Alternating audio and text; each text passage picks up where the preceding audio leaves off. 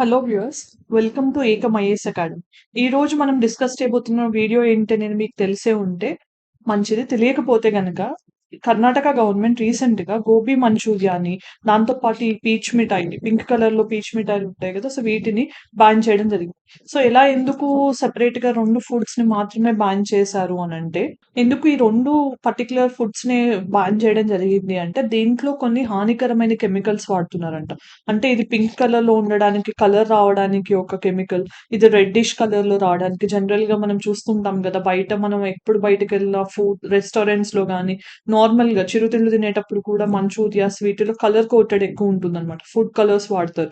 So food colours అనేవి కూడా organic, natural లాంటి వాడితే ప్రమాదం ఏమి ఉండదు. బట్ ఇక్కడ వాడే ఫుడ్ కలర్స్ వల్ల ఏంటంటే కొన్ని కెమికల్స్ ఉంటున్నాయి అంటే ఈ ట్రేసెస్ లో, ఆ ఫుడ్ కలర్ దాంట్లో. సో దానివల్ల ఏమవుతుంది, ఇవి ఇలా లాంగ్ టర్మ్ లో అంటే రోజు మనం లేకపోతే రిపీటెడ్ గా తీసుకోవడం వల్ల మనకి ఈవెన్ క్యాన్సర్ వచ్చే ముప్పు కూడా ఉంది అని చెప్పి ఐడెంటిఫై చేయడం జరిగింది. సో అలా గుర్తించిన వాటిలో భాగంగానే ఎక్కువ ఆల్మోస్ట్ గా డిఫరెంట్ ప్లేసెస్ లో డిఫరెంట్ చోట్ల తనిఖీలు చేయడం వల్ల అర్థమైంది ఏంటంటే, చాలా మంది వరకు అంటే చాలా ఫుడ్ స్టాల్స్ వాళ్ళందరూ కూడా ఇలాంటి కెమికల్సే వాడుతున్నారు. వాళ్ళకి తెలియకుండా కూడా, అంటే ఇంత హానికరం అని తెలియకుండా కూడా వాళ్ళు ఇలాంటివి వాడుతున్నారు. ఇవి అన్ని క్యాన్సర్ కారకాలు, లేకపోతే మనకి లాంగ్ టర్మ్ లో హెల్త్ ఇష్యూస్ వచ్చేలాంటివి ఉన్నాయి కాబట్టి ఖచ్చితంగా వీటిని బ్యాన్ చేయాలి అని. ఇవి వాడితే వాళ్ళు కలర్ ఇలాంటివి వాడుతూనే ఉంటారు అని చెప్పి వీటిని బ్యాన్ చేయడం జరిగింది. ఈ కాంటెక్స్ట్ లో మనం అసలు ఫుడ్ అనేది ఇండియాలో ఎలా ఉంది, మనకి రెగ్యులేషన్స్ ఎలా ఉన్నాయి, లేకపోతే ఇప్పుడు మెయిన్ గా వాడే కెమికల్స్ ఏంటి, వాటి వల్ల వచ్చే నష్టాలు ఏంటి, ఎఫ్ఎస్ఎస్ఏఐ రోల్ ఏంటి, వాళ్ళు తీసుకుంటున్న ఇనిషియేటివ్స్ ఏంటి, ఇట్లాంటివి తెలుసుకుందాం. మనకి తెలిసిన మెయిన్ థింగ్ ఏంటంటే, ఆరోగ్యమే మహాభాగ్యం అనే స్లోగన్ తెలుసు కదా, ఆరోగ్యమే మహాభాగ్యం కదా. సో మనం ఆరోగ్యం మెయిన్ గా ప్రొటెక్ట్ చేసుకోవడానికి కావాల్సింది ఏంటి మనకి అని అంటే, ప్రాపర్ ఫుడ్. ఫుడ్ అనేది మనం ఎంత హెల్దీ ఫుడ్ తీసుకుంటే అంత మంచిది. సో ఈ రోజుల్లో ఏమవుతుంది, ఆఫీసులకి ఎక్కువ టైం స్పెండ్ చేయడం వల్ల, లేకపోతే ఇంట్లో వండుకునే టైం లేక, లేకపోతే రుచికరమైన వాటికి దీంట్లో ఉండేవన్నీ కూడా కొంచెం మనం ఇంట్లో ఉండే కర్రీస్ కంటే బయట దొరికే ఫుడ్ ఎక్కువ జనరల్ గా ప్రిఫరబుల్ గా అనుకుంటారు చాలా మంది. కానీ హైజెనిక్ కండిషన్స్ లో ఇంట్లో చేసినంత శుభ్రతతో చేయరు కదా, అలాంటివన్నీ మర్చిపోయి బయట తినటానికి ఎక్కువగా ఇష్టపడుతున్నారు. ఇవన్నీ కూడా వేరే రీజన్స్ ఉన్నాయి మనకి. సో ఈ రీసెంట్ టైమ్స్ లో కార్డియోవాస్కులర్ డిసీజెస్ కానీ, ఒబెసిటీ కానీ, ఎక్కువ షుగర్స్ కానీ, ప్రాసెస్డ్ ఫుడ్ తినడం వల్ల మనకి డయాబెటీస్ కానీ, బ్లడ్ ప్రెషర్స్ లెవెల్స్ పెరగడం కానీ, ఇట్లా చాలా హెల్త్ ప్రాబ్లమ్స్ వస్తున్నాయి. సో ఇండియాలో ఎక్కువ చిల్డ్రన్ ఒబేస్ అవుతున్నారని చెప్పి కూడా రీసెంట్ గా చాలా రిపోర్ట్స్ రావడం కూడా జరిగింది. సో గవర్నమెంట్ కూడా స్ట్రిక్ట్ గా సాల్ట్, షుగర్ ఇంటేక్స్ తగ్గించమని కూడా డిఫరెంట్ గైడ్ లైన్స్ ఇస్తూ వస్తుంది. ఇలాంటి కాంటెక్స్ట్ లో మనం ఇప్పుడు చూసే అంశాలు ఏంటి అని అంటే, అసలు ఈ మెయిన్ న్యూస్ ఎందుకు వచ్చింది, ఏ కెమికల్స్ ని బ్యాన్ చేశారు. అప్పుడప్పుడు యూపీఎస్సీ కానీ స్టేట్ ఎగ్జామ్స్ లో ఇలాంటి నేమ్స్ అడుగుతారు అనమాట, ఇది దేనికి సంబంధించింది అని. ఫుడ్ కలరా, లేకపోతే కెమికలా, లేకపోతే పెస్టిసైడా, ఇలా ఏదన్నా అడిగే ఛాన్స్ ఉంటుంది. సో ఈ పేర్లు ఏవైతే బ్యాన్ చేశారో ఇవన్నీ తెలుసుకోవాల్సి ఉన్నాయి అనమాట. తర్వాత అప్లికేషన్స్ ఏంటి, అసలు దీన్ని ఎక్కడ వాడతారు, దానివల్ల కలిగే నష్టాలు ఏంటి మనకి, ప్లస్ ఎఫ్ఎస్ఎస్ఏఐ రోల్ ఏంటి, వాటి ఇనిషియేటివ్స్ ఇవన్నీ కూడా చూద్దాం ఈ వీడియోలో భాగంగా. సో ఇది సోషల్ జస్టిస్ అనే అంటే హెల్త్ మనకి, దాంతో పాటు న్యూట్రిషన్ అనే కాంటెక్స్ట్ కూడా ఇది ఇంపార్టెంట్. సో ఇప్పుడు న్యూస్ ఏంటంటే, కర్ణాటక గవర్నమెంట్ అనేది గోబీ మంచూరియన్, కాటన్ క్యాండీ అంటాం మనం, పింక్ కలర్ మిఠాయిని. సో ఇది ఆల్మోస్ట్ గా బ్యాన్ చేసి ఒకవేళ ఎవరైనా వాడుతూ కనిపిస్తే కనుక 7 years jail punishment of 10 lakh అనేది ఇంపోజ్ చేస్తామని చెప్పి ఇచ్చారు. ఇంతకు ముందు ఇదే ఫస్ట్ స్టేట్ అంటే కాదు, ఇంతకు ముందు తమిళనాడు అని పుదుచ్చేరిలో కూడా ఇలాంటి బ్యాన్స్ చేయడం జరిగింది. అంటే వాళ్ళు ఓన్లీ కాటన్ క్యాండీ మీద చేశారు, బట్ గోబీ మంచూరియా మీద కర్ణాటక చేయడం రీసెంట్ గా జరిగింది అనమాట. సో ఇప్పుడు మనం తెలుసుకోవాల్సినవి ఏంటి, దీంట్లో ఈ ప్రాసెస్ లోనే డిఫరెంట్ థింగ్స్, అంటే వీళ్ళు ఎప్పుడైతే ఇన్స్పెక్షన్స్ చేశారో చాలా హానికరమైన కెమికల్స్ వాడటం తెలిసింది. సో ఎలాంటి కెమికల్స్ అంటే, ఇక్కడ మనం చూస్తే టార్ట్రసైన్ అనేది, సో ఇది ఎలర్జిక్ రియాక్షన్స్ వచ్చే ఛాన్స్ ఉంది. కొంతమందికి బయట ఫుడ్ తీసుకోగానే ఫుడ్ ఎలర్జీ వల్ల మనకి ఫుడ్ పాయిజనింగ్ అయ్యి వామిటింగ్స్, మోషన్స్ అవ్వడం జరుగుతూ ఉంటుంది కదా, అలాంటివన్నీ ఈ కెమికల్స్ ఉండటం వల్లనే. అంటే ఒక్కొక్కసారి మనకి ఫుడ్ పొల్యూట్ అయినా కూడా టైఫాయిడ్ లాంటివి వచ్చే ఛాన్సెస్ ఉంటుంది. సో ఇది ఎల్లో కలర్ ఉంటుంది. సో జనరల్ గా ఫుడ్ లో వాడుతున్నారు. సన్సెట్ ఎల్లో అనేది ఇంకొక కెమికల్, ఇది ఎలర్జిక్ రియాక్షన్స్ ని కూడా వస్తుంది. ఇది యెల్లో కలర్ లో ఉంటుంది. తర్వాత కార్మోయిసిన్ అనేది ఇది స్కిన్ ర్యాషెస్ రావడం కానీ, రెస్పిరేటరీ అలర్జీస్ కానీ ఇవన్నీ మనకి తెలియదు జనరల్ గా ఫుడ్ వల్లనే ఇవన్నీ వస్తున్నాయని. మనం ఏమో ఎండలో వెళ్ళొచ్చాము లేకపోతే ఏదైనా అయిందేమో అనుకుంటాం కానీ ఫుడ్ అనేది చాలా ఇంపార్టెంట్ రోల్ ప్లే చేస్తుంది. సో ఎంత నాణ్యమైన ఫుడ్ అయితే అంత మంచిది అనమాట. తర్వాత రోడోమన్ బి ఇది ఒకటే మెయిన్ థింగ్ ఇప్పుడు ఈ పార్ట్ ఆఫ్ డిస్కషన్ లో మనం చూసేది. సో ఇది కార్సినోజెనిక్ అనమాట, అంటే క్యాన్సర్ కారకం ఇది. సో దీన్ని మెయిన్ గా ఫైండ్ చేశారనమాట. ఇది అసలు జనరల్ గా ఎక్కడ వాడతారంటే టెక్స్టైల్ డైగా అనమాట. అంటే మన బట్టలకి రంగురంగులు రావడానికి వాడతారు. బట్ తెలిసి తెలియక ఈ ఫుడ్ ప్రిపరేషన్ ప్రాసెస్ లో గోబీ మంచూరియాస్, కాటన్ క్యాండీస్ లో కూడా ఇది వాడటం జరుగుతుంది. సో ఇది పింక్ కలర్ ఇస్తుంది. అందుకే కాటన్ క్యాండీస్ లో ఇది వాడుతున్నట్టు తెలిసింది అనమాట ట్రేసెస్ అనేది. సో మెయిన్ గా ఈ రొడోమైన్ వి అనేది ఏంటి అంటే ఆర్టిఫిషియల్ కలరింగ్ ఏజెంట్. ఇది ఒక కంటామినెంట్ ప్లస్ డైయింగ్ లో వాడతారు. ఇందాక మనం డిస్కస్ చేసిన టెక్స్టైల్ డైయింగ్ లో వాడతారు మెయిన్ గా. సో ఇది ఆర్టిఫిషియల్ కలరింగ్ ఇంగ్రీడియంట్ అనమాట. ఇండస్ట్రియల్ డై గా వాడుతున్నారు. సో రీసెంట్ గానే చాలా ఫుడ్ ప్రోడక్ట్స్ లో కూడా వాడుతున్నట్టు తెలిసింది.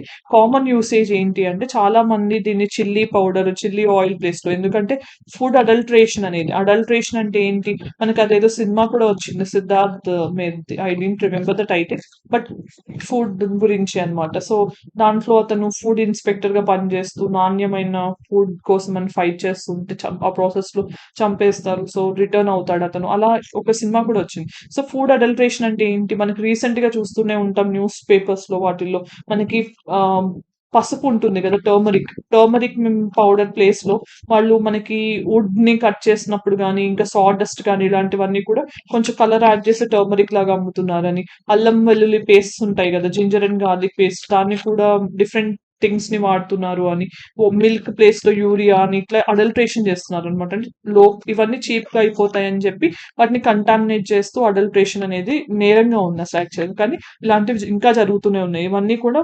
మన జీవనానికి కూడా ప్రాణాంతకం అనమాట. తర్వాత ఈ కార్సినోజెనిక్ ప్రాపర్టీస్ అంటే ఏంటంటే ఇవి ఇన్ఫ్లమేషన్ అదర్ డిజార్డర్స్ తో పాటు క్యాన్సర్ కారకాలుగా కూడా గుర్తించారనమాట. అందుకని దీని మీద ఖచ్చితంగా రెగ్యులేషన్ అనేది ఉండాలనే ఉద్దేశంతో కర్ణాటక ప్రభుత్వం దీన్ని రెగ్యులేట్ చేస్తూ బ్యాన్ చేసింది అనమాట. తర్వాత కెమికల్ ప్రాపర్టీస్ ఏంటంటే ఇది వాటర్ సాల్యుబుల్ అనమాట. వాటర్ సాల్యుబుల్ అంటే డైకి తడపగానే ఆ బట్టకి కలర్ వచ్చేలా ఉంటుంది. అందుకని ఇది చాలా ఈజీగా ఫుడ్ ప్రొడక్ట్స్ లో వాడడానికి స్కోప్ ఎక్కువ ఉందన్నమాట. ఇది మెయిన్ గుర్తుపెట్టుకోవాల్సిన అంశం అనమాట. సో ఇక్కడ మనకి ఎగ్జామినేషన్ పాయింట్ ఆఫ్ వ్యూ లో ఎలాంటి క్వశ్చన్స్ అడుగుతారంటే ఈ రొడమైన్ బి అనేది రీసెంట్లీ సీన్ ఇన్ న్యూస్ అని చెప్పి అలా క్వశ్చన్ అడిగే ఛాన్స్ ఉంటుంది. సో ఇంత డీటెయిల్ గా వాటర్ సాల్యుబులా కాదా అని అడగకపోయినా డైరెక్ట్ గా అవి ఎక్కడ, లేకపోతే దాని అప్లికేషన్ ఏంటి అని అడుగుతారు. అంటే అది డైయింగ్ లో టెక్స్టైల్స్ లో వాడతారా లేదా అట్లాంటివి కూడా అడిగే ఛాన్స్ ఉంటుంది. సోర్స్ ఏంటంటే అసలు న్యాచురల్ గా లేదు, బట్ మనకు తెలిసింది ఏంటంటే సింథసైజ్డ్ మీద, అంటే ప్రాసెస్ ద్వారా సింథసైజ్ చేస్తూ దీన్ని తయారు చేస్తున్నారు. సో దీని అప్లికేషన్స్ ఎక్కడ, టెక్స్టైల్ కలరింగ్ లో వాడుతున్నారు. ఫ్లోరోసెన్స్ మైక్రోస్కోపీ అంటే మనకి సెల్యులార్ లెవెల్లో మన జీవకణాలు సెల్స్ ఉంటాయి కదా, దాని ఫంక్షనింగ్ ని డీటెయిల్ గా అబ్జర్వ్ చేయడంలో మైక్రోస్కోపీలో కూడా దీన్ని వాడుతున్నట్టు తెలుస్తుంది. ఇండస్ట్రియల్ అప్లికేషన్స్ లో కూడా కొన్ని చోట్ల దీన్ని వాడుతున్నట్టు రొడోమైన్ బి ని ఎగ్జామిన్ చేసినప్పుడు తెలిసిందనమాట. సో దీని ఎఫెక్ట్స్ ఏంటి, ఆక్సిడేటివ్ స్ట్రెస్ అనమాట. అంటే మనకి అన్నెసెసరీగా సెల్యులార్ లెవెల్ నుంచి స్ట్రెస్ జనరేట్ అవ్వడము, దాంతో పాటు సెరెబెల్లం అనే టిష్యూకి నష్టం జరగడం, బ్రెయిన్ ఏరియాలో సెరెబెల్లం కి, తర్వాత ఇరిటేషన్ స్టమక్ కి కూడా మనకి ఇలాంటివన్నీ జరగడానికి స్కోప్ ఉంటుంది. తర్వాత ఈ కాంటెక్స్ట్ లో మనం డిస్కస్ చేస్తున్నాం కాబట్టి ఎఫ్ఎస్ఎస్ఏఐ, మనం ఏదైనా ఫుడ్ ప్రోడక్ట్ కొంటే దాని మీద ఎఫ్ఎస్ఎస్ఏఐ లోగో ఉంటుంది కదా, సో వాళ్ళు సర్టిఫై చేశాకనే మనం తినడానికి కానీ తాగడానికి కానీ అవి సేఫ్ అని మనం అర్థం చేసుకోవాలి. సో దీని రోల్ ఏంటి, మెయిన్ గా తెలుసుకోవాల్సిన అంశం ఏంటంటే ఇది ఒక స్టాట్యూటరీ బాడీ అంటే చట్టబద్ధమైన సంస్థ, చట్టం కింద ఎస్టాబ్లిష్ చేశారు. మరి ఏ చట్టం అని అంటే అది food safety and standards act of 2006. So same act కింద ఇది 2006 నుంచి ఎస్టాబ్లిష్ అవ్వడం జరిగింది. సో ఏ మంత్రిత్వ శాఖ కింద వస్తుంది అని అంటే ministry of health and family welfare, health కి సంబంధించిందే కదా ఫుడ్ అనేది. సో హెల్త్ అంటే ఆరోగ్యమును కుటుంబ సంక్షేమ శాఖ ఆధ్వర్యంలోకి వస్తుందన్నమాట. తర్వాత మనం తెలుసుకోవాల్సింది ఏంటంటే ఇది ఇంతకు ముందు ఉన్న డిఫరెంట్ యాక్ట్స్ ని అన్నిటి ప్లేస్ లో ఇది ఒక యాక్ట్ తీసుకొచ్చారు. ఇంతకు ముందు ఎలాంటి యాక్ట్స్ ఉండేవి, మనకి prevention of food adulteration act. Adulteration అంటే ఇప్పుడే చూసాం మనం, మనకి కల్తీ ఆహారం కాకుండా దాన్ని ప్రాపర్ గా రెగ్యులేట్ చేయడానికి ఇంతకు ముందు 1954 నుంచి ఒక యాక్ట్ ఉండేది, దాని ప్లేస్ లో. తర్వాత ఫుడ్ ప్రొడక్ట్స్ ఆర్డర్ యాక్ట్ 1955 లో ఒకటి. అంటే ఫర్ ఎగ్జాంపుల్ మనకు తెలిసిందే కదా, మనకి యాపిల్స్ మీద వ్యాక్స్ కోటింగ్ వేస్తారు, అది బాగా షైనీగా కనపడటానికి, లేకపోతే గ్రేప్స్ మీద, లేకపోతే సమ్ టైమ్స్ మనకి ఈవెన్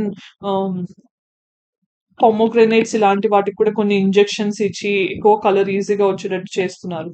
ఇలాంటివన్నిటికి కూడా ఈ రెగ్యులేషన్స్ కింద తనిఖీలు చేసి సేఫ్ గా మారుస్తారనమాట. తర్వాత మీట్ ప్రొడక్ట్స్, సో కుళ్ళిపోయిన మాంసాన్ని రిఫ్రిజిరేట్ చేసి దాన్ని కొంచెం మార్చి అట్లా అమ్మడం కూడా చట్ట విరుద్ధం అనమాట. ఇలాంటి వాటి ఇంతకు ముందు ఉన్న యాక్ట్స్ ని రెగ్యులేషన్స్ ని మారుస్తూ 2006 లో FSSAI తీసుకురావడం జరిగింది. సో ఇప్పుడు మనం తెలుసుకోవాల్సిన ఈ విషయాలు ఏంటి, మ్యాండేట్ ఏంటి, అసలు దీనికి ఏ పరిధి ఉంది, ఏమేం చేయగలదు అని అంటే మ్యానుఫ్యాక్చరింగ్ ఆఫ్ ద ఫుడ్ కానీ, అంటే తయారు చేసేటప్పుడు, దాన్ని నిల్వ ఉంచేటప్పుడు, తర్వాత దాన్ని డిస్ట్రిబ్యూట్ చేసేటప్పుడు, అమ్మేటప్పుడు, తర్వాత ఈవెన్ ఇంపోర్ట్ చేసేటప్పుడు కూడా ఫుడ్ రిలేటెడ్ థింగ్స్ అన్నిటికి కూడా ఇవి కొన్ని స్టాండర్డ్స్ ని సెట్ చేస్తుంది అనమాట. అంటే ఈ ప్రమాణాలు ఖచ్చితంగా ఫాలో అవ్వాలి. ఈ లెవెల్ కంటే, ఈ సేఫ్టీ స్టాండర్డ్ కంటే బిలో మనం ఏదన్నా ప్రాపర్ గా ఫాలో అవ్వకుండా దాన్ని తయారు చేసి నిల్వ ఉంచాల్సిన విధంగా ఉంచకుండా తయారు చేసినా కూడా అప్పుడు FSSAI అనేది యాక్షన్ తీసుకునే ఛాన్స్ ఉంటుంది. సో ఫుడ్ ఇవన్నీ స్టేజెస్ లో కూడా FSSAIకి రోల్ ఉంటుంది. మనం గుర్తుపెట్టుకోవాల్సింది ఏంటి, మనకి జనరల్ గా BIS మార్క్స్ ఉంటాయి కదా, అంటే కన్స్యూమర్ రిలేటెడ్ ఆస్పెక్ట్స్ లో ఈవెన్ ఫుడ్ కి కూడా BIS మార్క్స్ ఉంటాయి. దాంతో పాటు మీరు గుర్తుపెట్టుకోవాల్సింది ఏంటంటే అగ్మార్క్ అనేది ఉంటుంది అగ్రికల్చర్ ప్రొడక్ట్స్ కి. సో ఇది గుర్తుపెట్టుకోండి, BIS అనేది మినిస్ట్రీ ఆఫ్ కన్స్యూమర్ అఫైర్స్ పరిధిలోకి వస్తుంది. Consumer affairs, okay, consumer affairs పరిధిలోకి వస్తుంది. డిఫరెంట్ థింగ్స్ అన్నిటికీ కూడా మనం ఒక స్టాండర్డ్ ని ఫాలో అవుతాం. దాంట్లో ఫుడ్ కూడా ఉంటుంది. ఎగ్ మార్క్ అనేది మనకి ఫుడ్ అగ్రికల్చర్ ప్రోడక్ట్స్ కి. సో ఇది ఏ పరిధిలోకి వస్తుందని మినిస్ట్రీ ఆఫ్ అగ్రికల్చర్ కాంటెక్స్ లో వస్తుంది. బట్ ఇక్కడ FSSAI అనేది ministry of health and family welfare కిందకి వస్తుంది అనమాట. సో ఇది మీరు గుర్తుపెట్టుకోవాల్సిన అంశాలు. తర్వాత ఆబ్జెక్టివ్స్ ఏంటి, స్టాండర్డ్స్ పెట్టడంతో పాటు సేఫ్ ఫుడ్ ప్రాక్టీసెస్ ని అసలు తయారు చేసేటప్పటి నుంచే సేఫ్ హైజీన్ గా తయారు చేయడం, స్టాండర్డ్స్ పెట్టడం, తర్వాత ఇన్స్పెక్షన్స్ చేస్తూ కంప్లైంట్స్ అవుతుందా లేదా అని చూడటం, ట్రైనింగ్ అండ్ కెపాసిటీ బిల్డింగ్, అంటే వాళ్ళకి ప్రాపర్ గా నైపుణ్యాలు పెంచే విధంగా అవేర్నెస్ క్యాంప్స్ క్రియేట్ చేయడం, తర్వాత టెస్ట్ ల్యాబ్స్ క్రియేట్ చేయడం, స్టాండర్డ్స్ ని టెస్ట్ చేయడానికి, లైసెన్స్ ఫుడ్ బిజినెసెస్ కి లైసెన్స్ ఇష్యూ చేయడం కానీ, సిటిజన్స్ ని అవేర్ చేయడానికి కానీ, అంటే రీసెంట్ టైమ్స్ లో ఇప్పుడు మీరు చూస్తే సాల్ట్ ఇంటేక్ కానీ లేకపోతే షుగర్ ఇంటేక్ కానీ ఇంతకు మించి ఉండకూడదు అని అప్పుడప్పుడు FSSAI గైడ్ లైన్స్ ఇవ్వడం జరుగుతుంది. సో ఇలాంటివన్నీ కూడా FSSAI ఉన్న objectives and functions. So FSSAI లో ఎంతమంది ఉంటారు అని అంటే మనకి 22 మెంబర్స్ ఉంటారు. ఒక చైర్పర్సన్ ఉంటారు. ఈ చైర్పర్సన్ అని ఆయన సెక్రటరీ ర్యాంక్, గవర్నమెంట్ ఆఫ్ ఇండియాలో సెక్రటరీ ర్యాంక్ ఉన్న పర్సన్ జనరల్ గా చైర్పర్సన్ గా ఉంటారు. కానీ ఇక్కడ గుర్తుపెట్టుకోవాల్సిన ఇంకో ముఖ్యమైన అంశం ఏంటంటే ఈ మొత్తం 23 మెంబర్స్ లో అట్లీస్ట్ 1/3 ఆఫ్ ద మెంబర్స్, అంటే 8 మెంబర్స్ మినిమం, ఓకే, మనకి ఉమెన్ గా ఉండాలి. మినిమం 7 to 8 మెంబర్స్ ఉమెన్ గా ఉండాలి. తర్వాత ఇది న్యూఢిల్లీలో ఉంది, కానీ 4 రీజనల్ బ్రాంచెస్ ఢిల్లీ, ముంబై, కోల్కతా, చెన్నైలో కూడా ఉన్నాయన్నమాట. డిఫరెంట్, అంటే నార్త్ ఈస్ట్, వెస్ట్, సౌత్ లో ఒక బ్రాంచ్ లాగా ఉందన్నమాట. మెయిన్ ఫంక్షన్స్ ఏంటి, ఫుడ్ సేఫ్టీ రీసెర్చ్ చేస్తూ ఇంకా ఎలా నాణ్యతను పెంచొచ్చు అనే విధంగా రీసెర్చ్ చేయడం, క్వాలిటీ అష్యూరెన్స్, మనకి అందుకని ప్యాకెట్స్ మీద చూస్తే క్వాలిటీ అష్యూరెన్స్ లోగోస్ ఉంటాయి. సైంటిఫిక్ అడ్వైస్ ఇస్తారన్నమాట ఫుడ్ మ్యాటర్స్ లో, అంటే ఇది మంచిది కాదు, సాల్ట్ ఎక్కువ తింటే బ్లడ్ ప్రెషర్ పెరుగుతుంది, లేకపోతే మనకి రేపు ఫ్యూచర్ లో డిసీజెస్ వచ్చే ఛాన్స్ ఉంటుంది. ఇలాంటి అడ్వైసెస్ ఇస్తారు. తర్వాత ఐడెంటిఫైయింగ్ థ్రెడ్స్, సో మనం ఏదైనా ప్రాపర్ సేఫ్ ఫుడ్ కాకుండా ఏదైనా తీసుకుంటే, లేకపోతే ఇప్పుడు మన కేసులో చూసినట్టు గోబీ మంచూరియా లాంటివి ఏదైతే కెమికల్స్, కార్సినోజెనిక్ కెమికల్స్ ఉన్నాయో అలాంటివన్నీ వాడితే ఈ ప్రమాదాలు జరుగుతాయని కూడా థ్రెడ్స్ ని ఐడెంటిఫై చేస్తారు. తర్వాత ఇండివిజువల్స్ ని ట్రైన్ చేస్తూ అవేర్నెస్ తో పాటు ఇన్స్పెక్షన్స్ కూడా చేయొచ్చు అనమాట. అంటే రెస్టారెంట్స్ ని ఫుడ్ ఇన్స్పెక్టర్స్ ఉంటారు. మనకి మెడికల్ ఫీల్డ్ లో డ్రగ్ ఇన్స్పెక్టర్స్ ఎలా ఉంటారో సేమ్ ఇక్కడ కూడా ఫుడ్ ఇన్స్పెక్టర్స్ ఉంటారన్నమాట. సో వీళ్ళు ఎప్పుడు కూడా ఏ రెస్టారెంట్ మీద అనుమానంగా వచ్చినా, లేకపోతే ఎవరైనా కంప్లైంట్ చేసినా ఇక్కడ వీళ్ళు ప్రాపర్ గా మెయింటైన్ చేయట్లేదు, హైజీనిక్ గా లేదు అని అన్నప్పుడు వాళ్ళు వెళ్ళి ఇన్స్పెక్ట్ చేసే ఛాన్స్ కూడా ఉంటుంది వాళ్ళకి. తర్వాత ఇనిషియేటివ్స్ అనేది చాలా ఇంపార్టెంట్. మీరు తెలుసుకోవాల్సింది ఏంటంటే ఫుడ్ సేఫ్టీ ఇండెక్స్ అన్నమాట. ఇది 2018 లో తీసుకొచ్చారు FSSAI అనేది. సో సేఫ్టీని బట్టి ర్యాంకింగ్స్ ఇస్తున్నారు. ఫుడ్ సేఫ్టీ ఇండెక్స్ అనేది చాలా ఇంపార్టెంట్, గుర్తుపెట్టుకోండి. తర్వాత ఈట్ రైట్ ఇండియా, అంటే మనం ప్రాపర్ ఫుడ్, మంచి ఫుడ్ తినే విధంగా మన ఇనిషియేటివ్ గా మనం ప్రోత్సహించే విధంగా తీసుకొచ్చిన ఇనిషియేటివ్ ఈట్ రైట్ ఇండియా, అంటే మంచి ఫుడ్ మీదకి మన అవేర్నెస్ ని క్రియేట్ చేస్తూ. తర్వాత safe food, share food and share Joy, అంటే మనకి తెలిసిందే కదా ఇండియాలో ఫుడ్ వేస్టేజ్ అనేది చాలా ఎక్కువగా ఉంది. సో ప్రొడక్షన్ ఫీల్డ్ లోనే కాదు, మార్కెటింగ్ లో ప్లస్ కన్స్యూమర్ స్టేజ్ లో కూడా ఫుడ్ వేస్టేజ్ అనేది ఎక్కువగా ఉంటుంది. అలాంటప్పుడు దీని మెయిన్ ఈ ఇనిషియేటివ్ కింద ఏంటంటే ఫుడ్ ప్రొడ్యూసర్స్ ని, ఫుడ్ మెయింటైన్ చేస్తున్న వాళ్ళని, అంటే పర్టికులర్ రెస్టారెంట్ కానీ కన్స్యూమర్ కి అందించే క్రమంలో ఎవరైతే ఉంటారో వాళ్ళ మధ్యలో కోఆర్డినేషన్ తీసుకొచ్చి ఫుడ్ మినిమం వేస్టేజ్ అయ్యేలాగా, అంటే వేస్టేజ్ ఎక్కువ అవ్వకుండా తగు చర్యలు తీసుకునే విధంగా ఈ safe food, share food and share Joy వచ్చింది. మీకు ఇంతకు ముందు గుర్తుంటే జీహెచ్ఎంసీ పరిధిలో దాసరి హరిచందన అనే ఆమె జోనల్ కమిషనర్ గా, ఆమె ఐఏఎస్ ఆఫీసర్, ఆమె ఉన్నప్పుడు మనకి ఈ ఫ్రిడ్జెస్ తీసుకొచ్చారు. ఫ్రీజెస్ అంటే మనకి అక్కడక్కడ ఇంతకు ముందు జిహెచ్ఎంసి ఫుడ్ ఫ్రీజెస్ కనిపించేవి. అంటే ఆ ఫ్రీజర్స్ లో ఏంటంటే మనకి ఎక్కువ అయిన ఫుడ్ ఏమైనా ఉందనుకోండి, మీరు హోటల్లో ఆర్డర్ చేశారు, మీకు ఎక్కువ అయిపోయింది అంటే దాన్ని పార్సల్ చేసుకుని ఫ్రిడ్జ్ లో పెడితే ఎవరైతే ఆకలితో ఉన్నారో వాళ్ళు తీసుకునే విధంగా అదొక చాలా మంచి ఇనిషియేటివ్ అన్నమాట. సో ఇది ఒకటి సేఫ్ ఫుడ్ చేయడానికి. తర్వాత హార్ట్ అటాక్ రీవైండ్ క్యాంపెయిన్, ఇదేంటి అంటే ట్రాన్స్ ఫ్యాట్స్ అనేవి చాలా ప్రమాదకరం కదా. ట్రాన్స్ ఫ్యాట్స్ ని ఎలిమినేట్ చేయడానికి 2022లో హార్ట్ అటాక్ రీవైండ్ క్యాంపెయిన్ అనేది కూడా ఎఫ్ఎస్ఎస్ఏ తీసుకురావడం జరిగింది. తర్వాత క్లీన్ స్ట్రీట్ ఫుడ్ విషయంలో అంటే స్ట్రీట్ ఫుడ్ లో చాలా కల్తీలు జరిగే ప్రమాదం ఎక్కువ ఉంటుందని చెప్పి స్ట్రీట్ ఫుడ్ అంటే స్ట్రీట్ వెండర్స్ ఎవరైతే ఇప్పుడు లోకల్ బజ్జీ అమ్మేవాళ్ళు లేకపోతే మంచూరియా ఇట్లా అమ్మేవాళ్ళు ఉంటారు కదా, వాళ్ళందరికీ కూడా ట్రైనింగ్ ఇస్తారనమాట కొంచెం క్లీన్ గా సేఫ్ ఫుడ్ ఇచ్చే విధంగా. సో ఎక్కువ స్ట్రీట్ ఫుడ్స్ ప్రిఫర్ చేస్తారు కాబట్టి ఇది ఒక ఇనిషియేటివ్ తీసుకున్నారు. తర్వాత రుకో అంటే repurpose used cooking oil initiative. అంటే మనకి ఆయిల్ అనే దాన్ని రీహీట్ చేస్తూ ఉంటే అది కార్సినోజెనిక్ అవుతుంది అనమాట. ఆల్మోస్ట్ గా మనకి 25% ఆఫ్ ద ఆయిల్ అనేది మనం ఆల్రెడీ యూస్ చేసేసి మళ్ళీ మళ్ళీ రిపీటెడ్ గా చూస్తే అప్పుడు మనం రిపీటెడ్ గా యూస్ చేస్తూనే ఉంటే ఏమవుతుందంటే అది కార్సినోజెనిక్ అవుతుంది అనమాట. అంటే క్యాన్సర్ కారకాలుగా మారే ఛాన్స్ ఉంటుంది ఆయిల్ లో ఉండే ప్రాపర్టీస్. సో అందుకని ఏంటంటే మాక్సిమం ఒక లిమిట్ దాటిన తర్వాత ఆయిల్ ని తీసుకుని వీళ్ళు డీజిల్ గా వాడి కన్వర్ట్ చేయడానికి అట్లా యూజ్ చేస్తున్నారు అనమాట. అంటే రీయూస్డ్ ఆయిల్ ని మన దగ్గర నుంచి, అంటే ఎవరైతే మనం అంటే ఇంట్లో జనరల్ గా మంచి ఆయిలే వాడుతుంటారు, బట్ బయట ఫుడ్ సెంటర్స్ లో ఏంటంటే వాళ్ళు ఎవరు తింటారో వాళ్ళ గురించి వాళ్ళకి ఆలోచన ఉండదు కాబట్టి మోస్ట్ ఆఫ్ ద పీపుల్ ఏంటంటే రిపీటెడ్ గా మళ్ళీ మళ్ళీ అదే ఆయిల్ తో బజ్జీలు పునుగులు మరిగి ఉంటుంది కదా, అలాంటి ఆయిల్ అంతా కూడా వాళ్ళు కలెక్ట్ చేసుకుని డీజిల్ కి వాడతారు అనమాట. సో వాళ్ళకి పేమెంట్ కూడా ఇవ్వడంతో వీళ్ళు మళ్ళీ మళ్ళీ అదే ఆయిల్ వాడకుండా ఒక ఇన్సెంటివ్ లాగా ఉంటుంది. దీంతో పాటు మెయిన్ గా ఏంటంటే ప్రాజెక్ట్ ధూప్ అనేది కూడా ఈ ఎఫ్ఎస్సిఐ తీసుకొచ్చింది. దీని కింద ఏంటి అంటే స్టూడెంట్స్ ఎవరైతే స్కూల్ గోయింగ్ చిల్డ్రన్ ఉన్నారో వాళ్ళకి సన్‌లైట్ డెఫిషియన్సీ వల్ల విటమిన్ డి డెఫిషియన్సీ అనేది చాలా కామన్ గా ఉంటుంది అని అబ్జర్వ్ చేసి వాళ్ళని రోజు కొంత సమయం అంటే హాఫ్ అన్ అవర్ 15 మినిట్స్ ఎండలో నుంచోబెట్టడం వల్ల, అంటే మరీ మిట్ట మధ్యాహ్నం ఎండలో గాదు. బట్ 10కి ముందు 10 ఆ టైంలో సన్ రేస్ నుంచి విటమిన్ డి ఇంటేక్ చాలా ఎక్కువుంటుంది. అందుకని వాళ్ళని కాసేపు ఎండలో నుంచోబెట్టడం వల్ల రోజు వాళ్ళకి విటమిన్ డి అనేది పెరుగుతుంది. దాంతో పాటు పాలు, ఇంకా ఏమైనా విటమిన్ డి రిచ్ ఫుడ్స్ ఏమైనా ప్రొవైడ్ చేయడం అనేది ఈ ప్రాజెక్ట్ ధూప్‌లో భాగంగా ఇనిషియేట్ చేశారనమాట. మెయిన్‌గా సన్‌లైట్ నుంచి విటమిన్ డిని ప్రమోట్ చేయడానికి ప్రాజెక్ట్ ధూప్ తీసుకొచ్చారు. దాంతో పాటు మీకు తెలిసిందే ఫోర్టిఫికేషన్ ఆఫ్ ఫుడ్స్ అనేది కూడా ఎఫ్ఎస్సిఐ తీసుకొచ్చింది రీసెంట్ టైమ్స్. ఫుడ్ ఫోర్టిఫికేషన్ అంటే ఏంటి? ఈ ఎఫ్ ప్లస్ సింబల్ చూస్తాం మనం.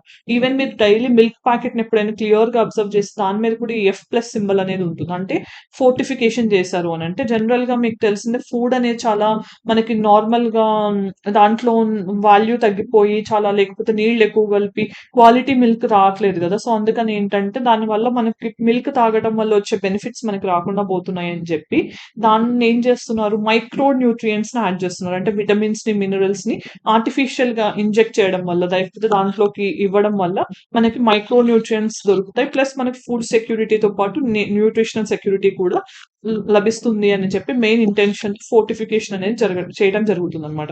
ఎఫ్ ప్లస్ అని ఉంది అంటే సింబల్ మీరు ఏదైనా ఫుడ్ ప్రోడక్ట్ మీద ఉంది అంటే అది ఫోర్టిఫైడ్ అనమాట. ఫోర్టిఫైడ్ అంటే ఆర్టిఫిషియల్ గా మైక్రో న్యూట్రియంట్స్ దానికి ఎక్కువ ఇచ్చారనమాట. సో ఇది మీరు తెలుసుకోవాల్సింది ఎఫ్ఎస్ఎస్ఏ రిలేటెడ్ ఇనిషియేటివ్స్. తర్వాత క్రిటిసిజం ఏంటి, అసలు ఎఫ్ఎస్ఎస్ఏ కరెక్ట్ గా ఫంక్షన్ చేస్తే ఇదంతా ఎందుకు జరుగుతుంది అని అంటే అప్డేటింగ్ స్టాండర్డ్స్ అనేవి ఒకసారి సెట్ చేస్తే సంవత్సరాల తరబడి అలానే ఉంటున్నాయి. సో మనకి జరిగే కొద్దీ చాలా చాలా కొత్త టెక్నాలజీస్ వచ్చే కొద్దీ ఈజీ అవుతుంది. అడల్ట్రేషన్ గానీ కల్తీ గానీ ఇవన్నీ చాలా ప్రమాదకరంగా మారుతున్నాయి. సో స్టాండర్డ్స్ కూడా టైం కి తగ్గట్టు మారుతూ ఉండాలి. అదేది మెయిన్ క్రిటిసిజం. తర్వాత మ్యాన్ పవర్ ఎక్కువ లేదు ఇన్స్పెక్షన్స్ చేయడానికి, రీసెర్చ్ చేయడానికి, ఫార్ములేట్ చేయడానికి కానీ.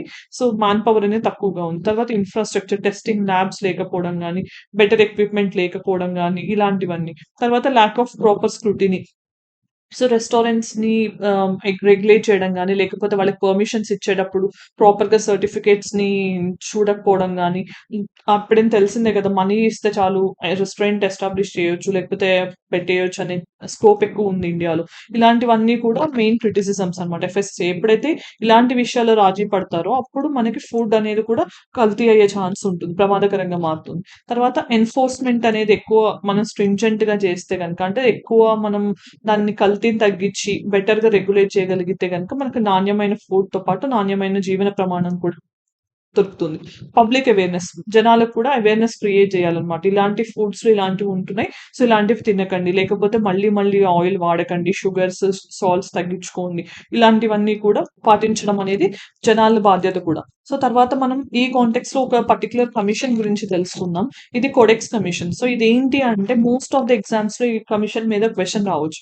ఇది ఒక 1963 ఎస్టాబ్లిష్ అయిన గ్లోబల్ బాడీ, అంటే ఇంటర్నేషనల్ లెవెల్లో ఫుడ్ సేఫ్టీ స్టాండర్డ్స్. ఇప్పుడు మన ఇండియాలో ఎలా ఎఫ్ఎస్ఎస్ఏ ఉందో గ్లోబల్ లెవెల్లో ఉన్న కమిషన్ పేరు ఈ కోడెక్స్ కమిషన్ అనమాట. ఇది 1963లో ఎస్టాబ్లిష్ చేయడం జరిగింది. ఇప్పుడు ఆల్మోస్ట్ 188 మెంబర్ కంట్రీస్ ఉన్నాయి. దీంట్లో భాగంగా ఇండియా కూడా జాయిన్ అయింది, కానీ 1964లో జాయిన్ అయింది ఇండియా. సో ఇండియా కూడా దీంట్లో ఒక మెంబర్. ఇది ఫౌండింగ్ మెంబర్ కాదు, 1963 ఫామ్ అయితే 1964 నుంచి మనం దీన్ని మెంబర్షిప్ తీసుకోవడం జరిగింది. సో కొడెక్స్ కమిషన్ అనేది కూడా చాలా ఇంపార్టెంట్, గుర్తుపెట్టుకోండి. సో లాస్ట్ గా ఒక చిన్న చివరిలో మనం ఉన్నప్పుడు డిస్కస్ చేశాం కాబట్టి ఇంత విషయాన్ని ఒక మాటతో కన్క్లూడ్ చేయాలనుకుంటున్నాను. మనకున్న ఒకటే ఒక జీవితాన్ని, దాన్ని కాపాడుకోవాలనుకుంటే మనం ఎంత హెల్దీగా ఉన్నాం అనేది మన చేతుల్లోనే ఉంటుంది. సో మనం మంచి ఫుడ్ తీసుకుని మంచి ఎక్సర్సైజ్ చేస్తే మనం మన లైఫ్, మన ఎక్స్పెక్టెన్సీని కానీ మన లైఫ్ టెన్యూర్ని కానీ మనమే పెంచుకోవచ్చు. మన చేతుల్లోనే ఉంటుంది మనం ఎలా ఉండాలి, మనం మంచిగా ఉండాలా, ఎక్కువ కాలం బతకాలా, తక్కువ కాలం బతకాలా, ఏంటి అనేది కూడా మన చేతుల్లోనే ఉంటుంది. సో ప్రాపర్ ఫుడ్ తీసుకోండి, ప్రాపర్గా ఎక్సర్సైజ్ చేయండి, ప్రాపర్ హెల్త్ మెయింటైన్ చేయండి. తర్వాత ఇప్పుడు నిన్న మనం డిస్కస్ చేసిన కాన్సెప్ట్ మీద క్వశ్చన్ ఏంటి అంటే which of the following is not released by UNDP. So human development report చూసాం కదా మనం లాస్ట్ వీడియోలో. దాంట్లో భాగంగా యుఎన్డిపి రిలీజ్ చేయని రిపోర్ట్ ఏంటి? హ్యూమన్ డెవలప్మెంట్ ఇండెక్స్ అంటే అవును, ఇది అవును కదా. సో మనం చూసాం 134th ప్లేస్ వచ్చింది ఇండియాకి. మల్టీ డైమెన్షనల్ పవర్టీ ఇండెక్స్ కూడా దాంట్లో భాగంగానే కదా, రీసెంట్ గానే చెప్పింది కదా. గ్లోబల్ లెవెల్లో మనకి 29 crore పీపుల్ ఇండియాలో ఇంకా పావర్టీ కింద ఉన్నారు అని చెప్పారు కదా. తర్వాత జెండర్ ఇన్ఈక్వాలిటీ ఇండెక్స్ నిన్ననే చూసాం, ఇది 108th ప్లేస్ లో ఇండియా ఉంది. సో ఇది కూడా ఎన్వైరన్మెంట్ క్వాలిటీ ఇండెక్స్ అనేది కాదు. సో ఆన్సర్ ఇది. ఇవన్నీ కూడా దీంట్లో భాగంగానే రిలీజ్ చేస్తున్నారు, ఎన్వైరన్మెంట్ క్వాలిటీ ఇండెక్స్ అనేది కాదు. తర్వాత ఇప్పుడు ఈ రోజు క్వశ్చన్ చూద్దాం ఇచ్చిన థీమ్ మీద. Food safety and standards act replace prevention of food adulteration act 1954. ఇది రీప్లేస్ అయిందా లేదా అని చూడండి. తర్వాత ఎఫ్ఎస్ఎస్ఏ అనేది director general of health services under ministry of health and family welfare కిందకి వస్తుంది. అవునా కాదా అనేది ఆన్సర్ చెప్పండి. రెండిట్లో ఏది కరెక్ట్ ఏది రాంగ్ అనేది డిసైడ్ చేసి కామెంట్ లో ఆన్సర్ చెప్పండి.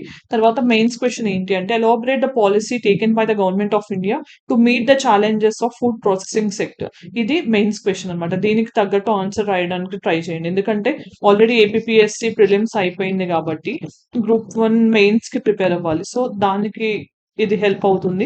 దాంతో పాటు టీఎస్పీఎస్సి ప్రిలిమ్స్ కి ప్రిపేర్ అవుతున్న వాళ్ళు కూడా గ్రూప్ 1 మెయిన్స్ రాయాలి కాబట్టి ఇలా ఆన్సర్ రైటింగ్ అనేది డైలీ ఒకటో రెండో క్వశ్చన్స్, ఇదే కాదు మీకు నచ్చిన క్వశ్చన్ అయినా కానీ అలా 1-2 క్వశ్చన్స్ తీసుకుని రాయడానికి ట్రై చేస్తే, ఎలాగో వీడియో అంతా విన్నాక మీకు ఒక ఇన్ఫర్మేషన్ ఉంది కాబట్టి ఇలాంటివన్నీ మీరు రాస్తూ ఉంటే మీకు ఒక కాన్ఫిడెన్స్ అనేది వస్తుంది. ఎగ్జామ్ టైంలో అన్ని క్వశ్చన్స్ అటెంప్ట్ చేసే ఛాన్స్ కూడా వస్తుంది.